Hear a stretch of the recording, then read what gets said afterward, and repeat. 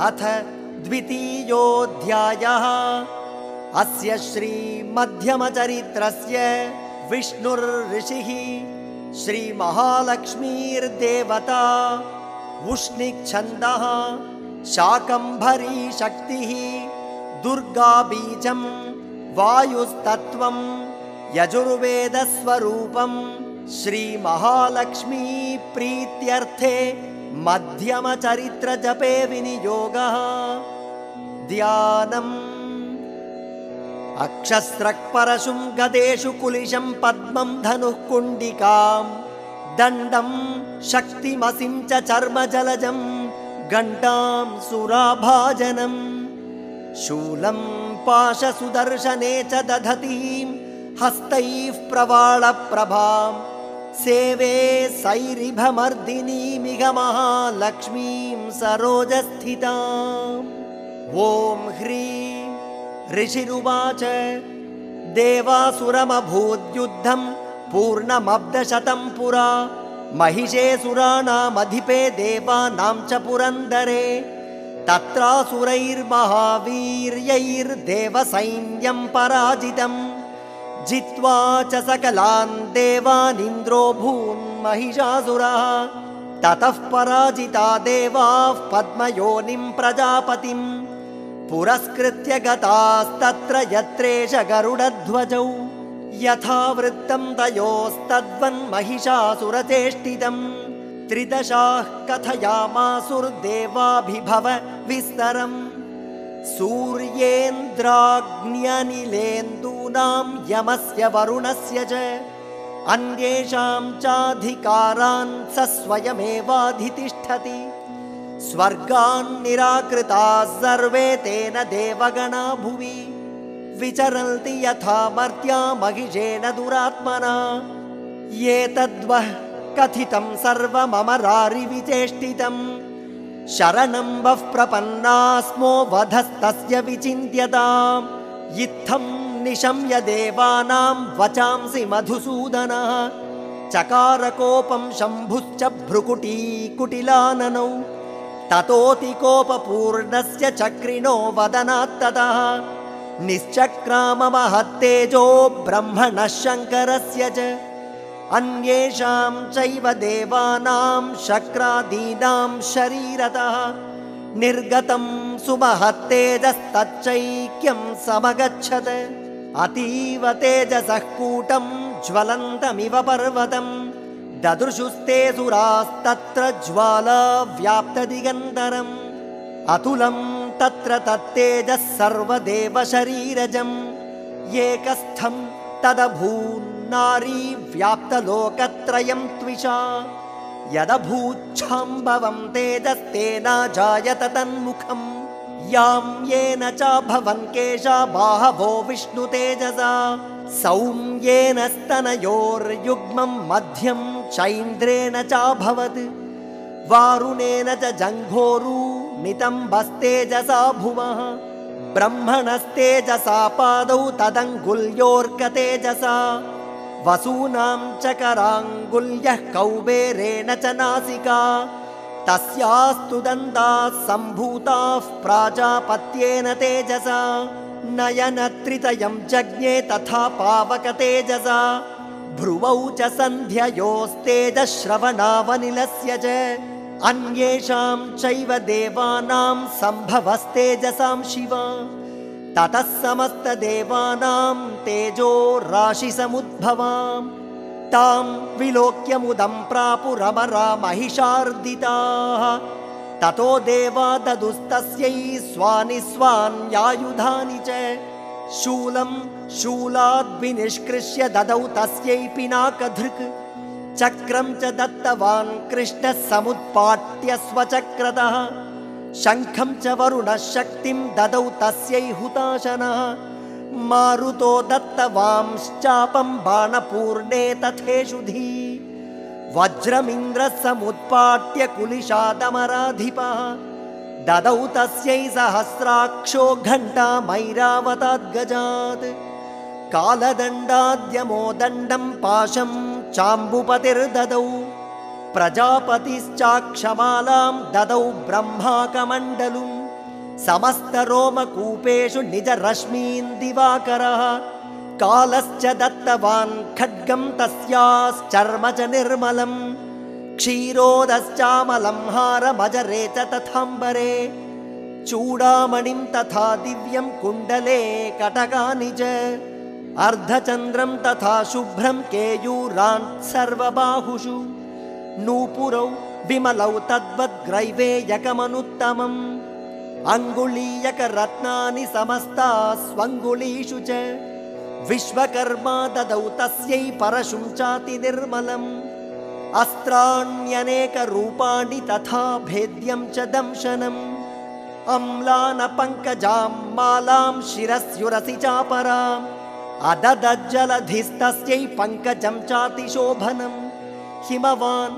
वाहनं सिंहं रत्नानि विविधानि च ददावशून्यं सुरया पानपात्रं धनाधिपः शेषश्च सर्वनागेशो महामणिविभूषितम् नागहारं ददौ तस्यै धत्ते यः पृथिवीमिमाम् अन्यैरपि सुरैर्देवी भूषणैरायुधैस्तथा सम्मानिताननादोच्चैः साट्टहासं मुहुर्मुहुः तस्यान्नादेन घोरेण कृत्स्नमापूरितं नभः अमायताति महता प्रतिशब्दो महानभूत् चुक्षुभुः सकलालोकाः समुद्राश्च च कंपिरे चचाल वसुधा चेलुः सकलाश्च महीधराः जयेति देवाश्च मुदा तामूचुः सिंहवाहिनीं तुष्टुमुर्मुनयश्चैनां भक्तिनम्रात्ममूर्तयः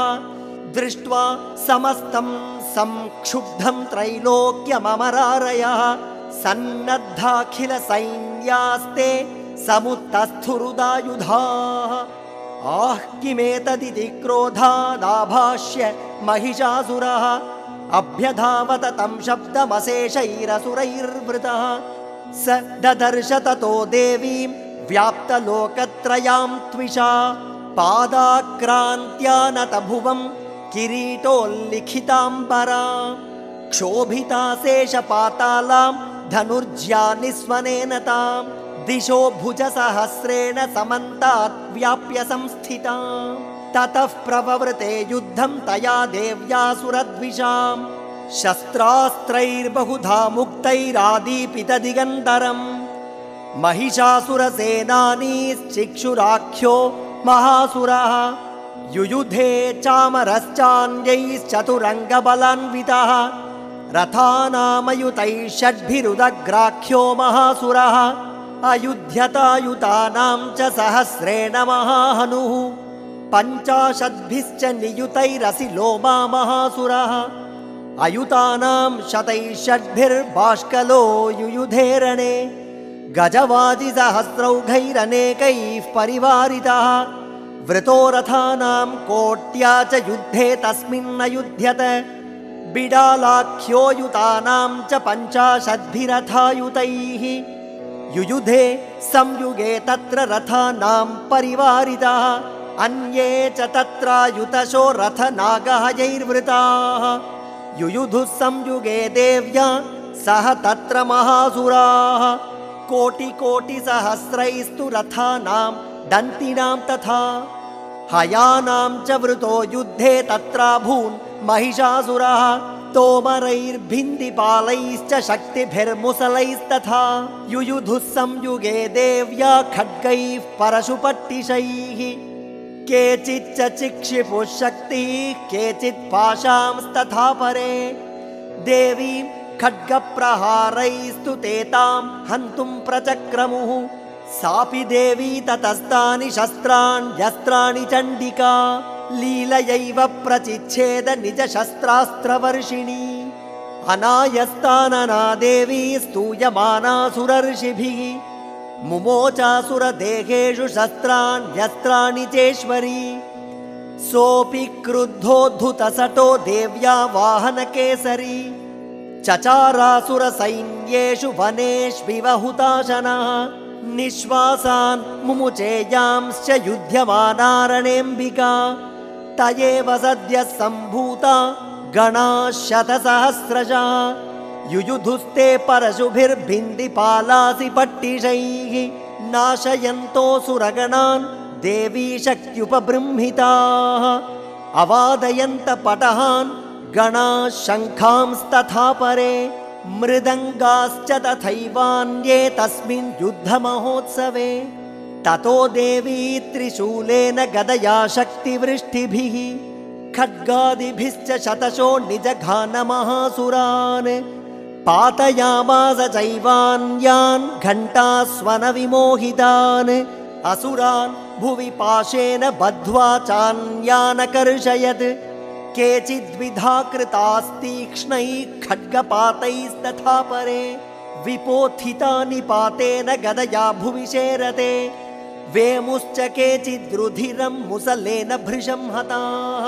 केचिन्निपतिता भूमौ भिन्नाः शूलेन वक्षसि निरन्तराः शरौघेन कृताः केचिद्रणाजिरे श्येनानुकारिणः प्राणान् मुमुचुस्त्रिदशार्दनाः केषाञ्चिद्बाहवश्छिन्नाच्छिन्नग्रीवास्तथा परे शिरांसि पेतुरन्येषामन्ये मध्ये विदारिताः विच्छिन्नजङ्घास्त्वपरे पेतुरुर्व्यां महासुराः एकबाह्वक्षिचरणाः केचिद्देव्याद्विधा कृताः छिन्नेऽपि चाल्ये शिरसि पतिताः पुनरुत्थिताः कबन्धा युयुधुर्देव्या गृहीत परमायुधाः न नृतुश्चापरे तत्र युद्धे तूर्यलयाश्रिताः कबन्धाश्छिन्न शिरसः खड्गशक्तिरिष्टिपाणयः तिष्ठ तिष्ठेति भाषन्तो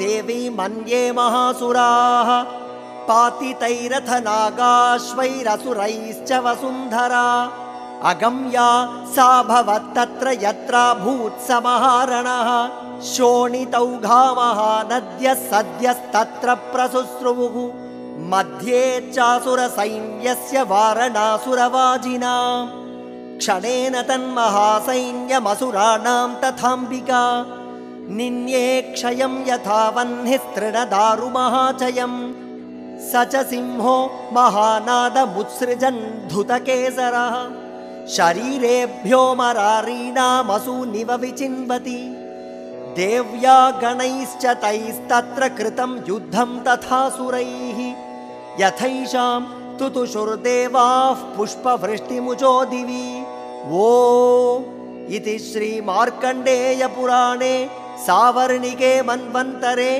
देवी माहात्म्ये महिषासुरसैन्यवधो नाम द्वितीयोऽध्यायः।